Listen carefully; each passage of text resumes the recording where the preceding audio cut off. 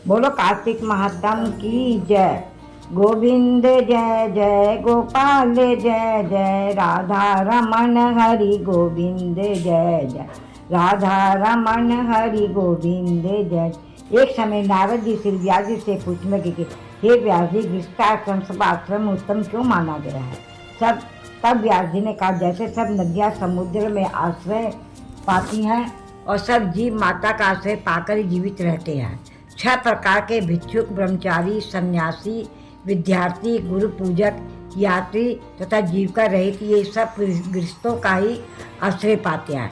फिर व्यास जी ने बोले, हे नारद, अति पुण्य देने वाली एक पुरातन इतिहास सुनो।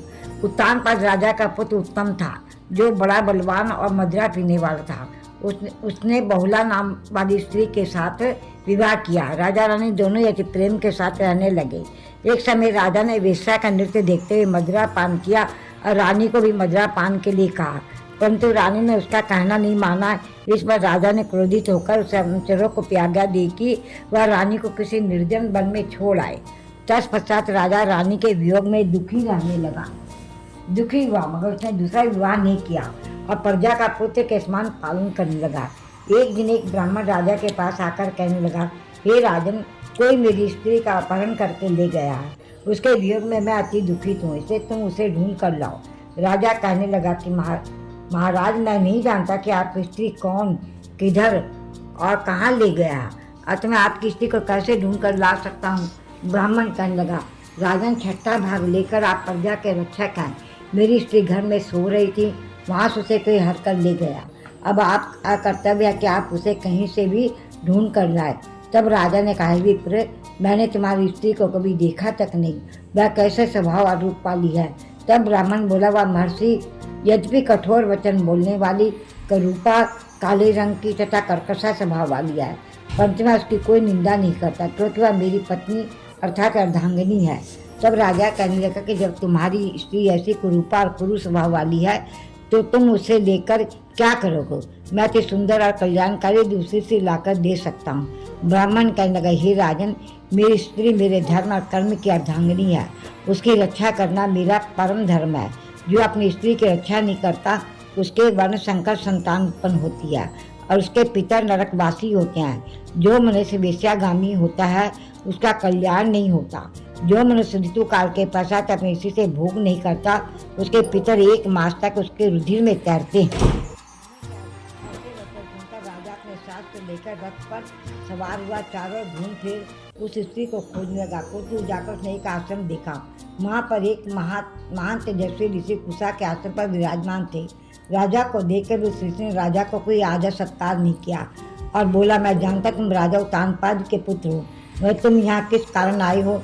राजा कहने लगे, हे मुने, ब्राह्मण के से घर को स्त्री को हटकर ले गया है, मैं उसी को खोज में इधर आया हूँ, परंतु आपको अर्घ्य आदि कुछ भी नहीं दिया और न किसी प्रकार का सत्कार करता, क्या कारण? ऋषि ने उत्तर दिया, राजन, तुम अर्ध योग होते हुए भी इस समय उसके पास तुमने अपनी निरपराध स्त्री को वन से त्याग दिया है। जहाँ स्त्री का धर्म है कि वह तन मन से अपने पति की सेवा करे तथा उसकी आज्ञा का पालन करे, वहाँ पुरुष का भी धर्म है कि वह अपनी स्त्री का यथोचित सम्मान करे।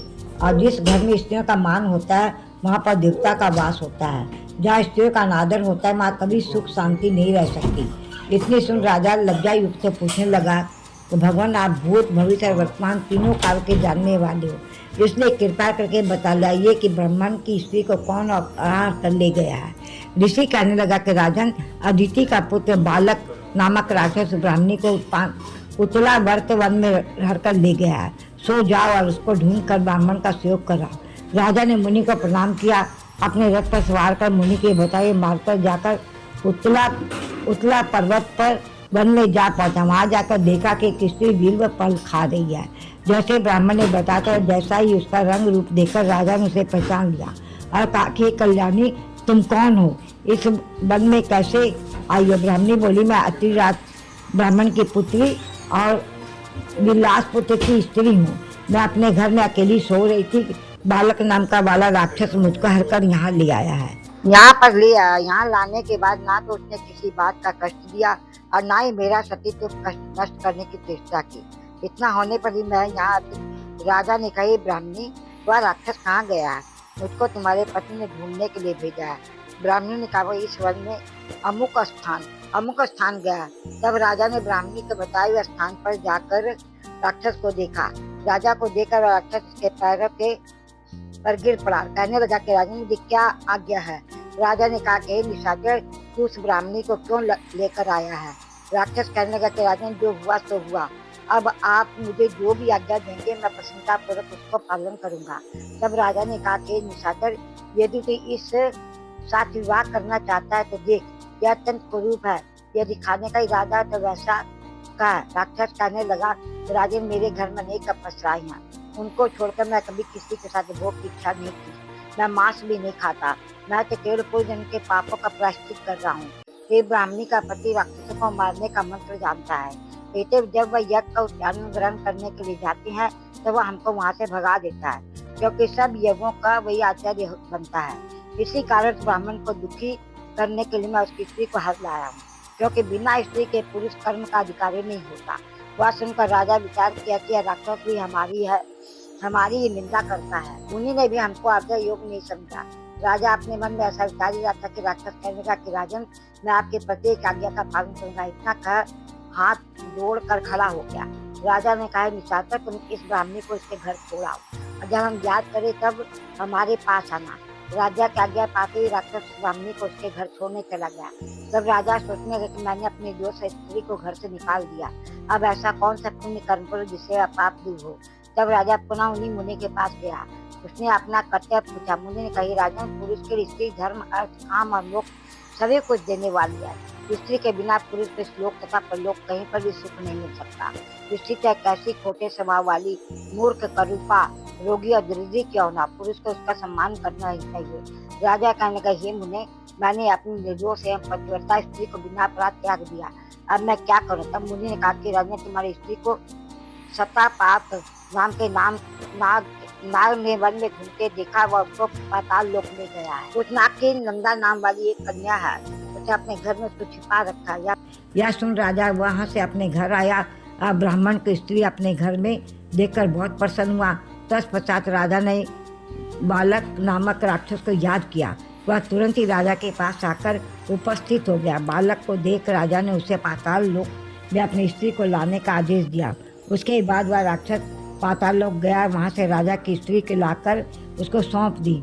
तत्पश्चात राजा रानी बड़े प्रेम से रहने लगे। नारद जी कहते, हे राजा पृथु, हमने तुमको गृहस्थ आश्रम महत्व अति विस्तार से सुनाया। अब क्या सुनने की इच्छा है सो कहो। बोलो कार्तिक महात्म की जय। भजमन नारायण नारायण नारायण, श्रीमन नारायण नारायण नारायण, सत्य नारायण नारायण नारायण।